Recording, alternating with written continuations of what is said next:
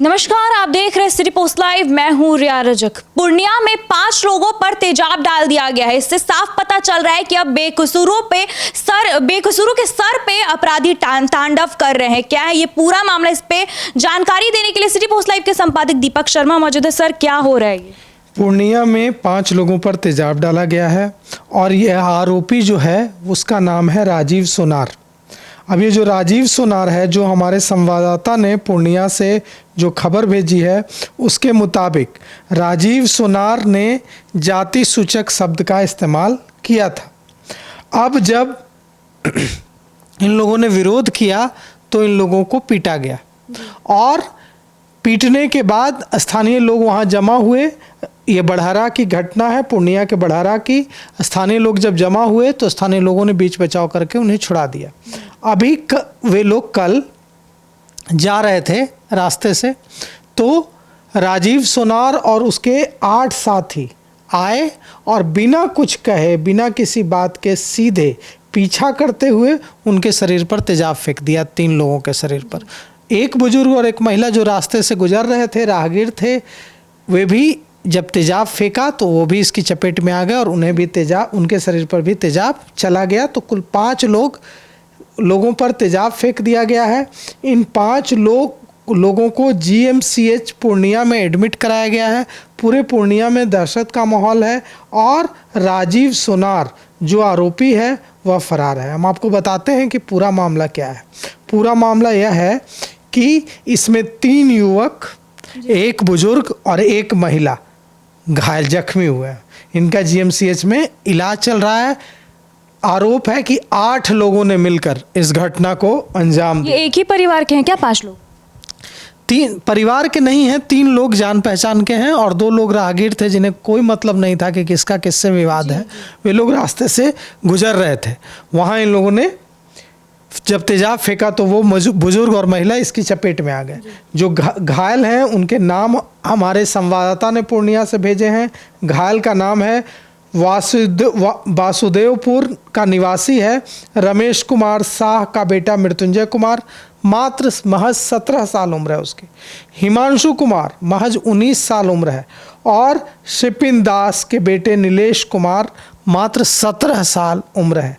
तो मृत्युंजय कुमार जिसकी 17 साल उम्र है, नीलेश कुमार जिसकी 17 साल उम्र है और हिमांशु कुमार जिसकी 19 साल उम्र है, मतलब 2 17 साल के लड़के और एक 19 साल के लड़के पर तेजाब डाला गया है। अब बताइए, ये जो है और जो बुजुर्ग और महिला हैं उनका नाम अभी तक पता नहीं चल पाया है। वे भी इसकी चपेट में आ गए हैं जब तेजाब फेंका गया। इसमें से 3 आरोपियों को पुलिस ने गिरफ्तार कर लिया है। अब इसमें जो राजीव सोनार शामिल है या नहीं यह अभी तक पुष्टि नहीं हुई है, लेकिन 3 लोगों को पुलिस ने गिरफ्तार किया है। यह घटना पूर्णिया के बड़हरा कोठी थाना क्षेत्र के बड़हरा बाजार दुर्गा मंदिर के समीप हुई है। आरोपियों के साथ विवाद इतना था कि राजीव सोनार जो है, जो दबंग प्रवृत्ति का आदमी है, शख्स है, इसने कुछ समय पहले बड़हरा बाजार में उसके सोने चांदी गहने की दुकान है, ज्वेलरी की दुकान है।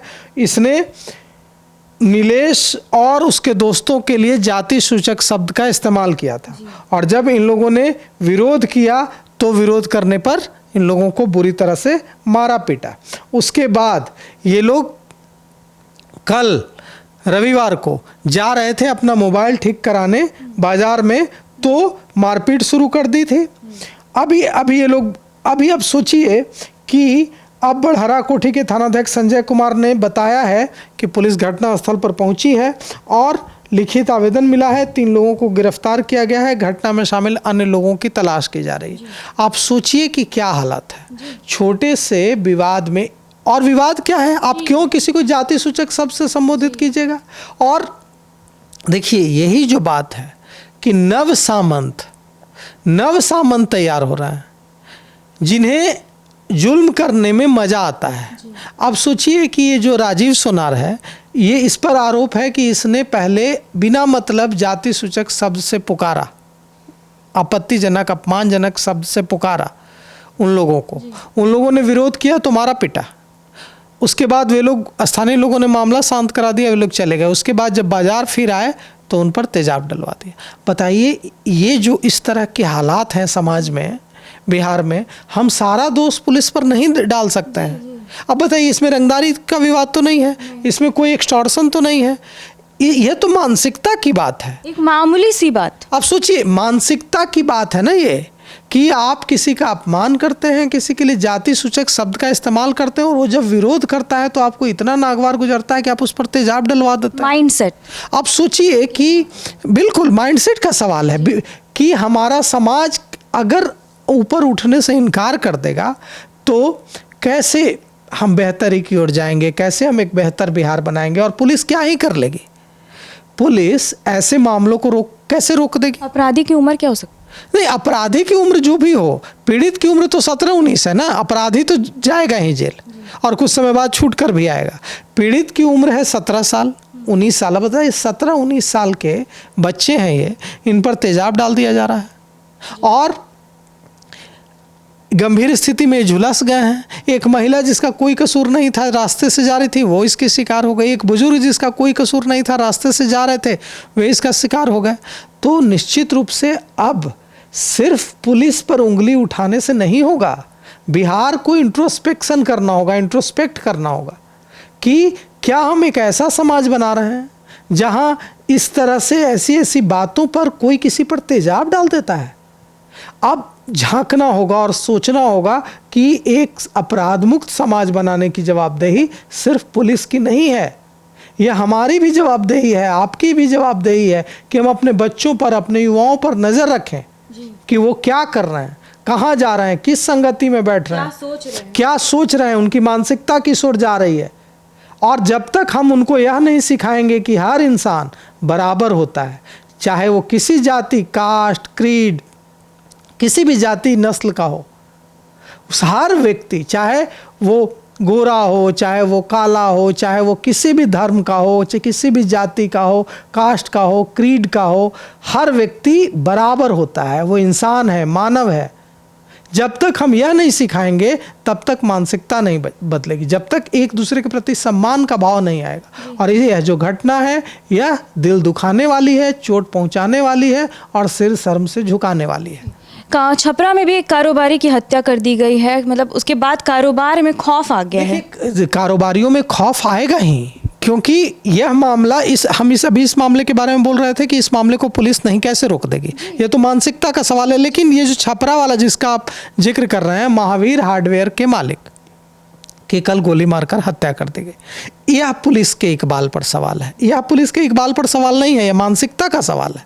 लेकिन छपरा वाली जिस घटना का आप जिक्र कर रहे हैं, कल रात जो गोलियों से उसको घर के बाहर, वो महावीर हार्डवेयर का मालिक था रोशन, वो दुकान बंद करके अपने घर लौटा। महावीर हार्डवेयर एकमा का है, छपरा के एकमा का। उसके बाद वो जैसे ही घर पहुंचा, अपराधी एकदम रेकी कर चुके थे, आवाज़ किए, दुकान से घर आया है, आवाज़ लगाई। महावीर हार्डवेयर का जो मालिक है उसकी उम्र महज 25 साल है, जिसकी हत्या हुई है। वो उसको लगा कि कोई ग्राहक है, कोई कारोबार के सिलसिले में मिलने आया है, वो बाहर निकला। जैसे ही वो बाहर आता है, उसे गोलियों से छलनी कर दिया गया।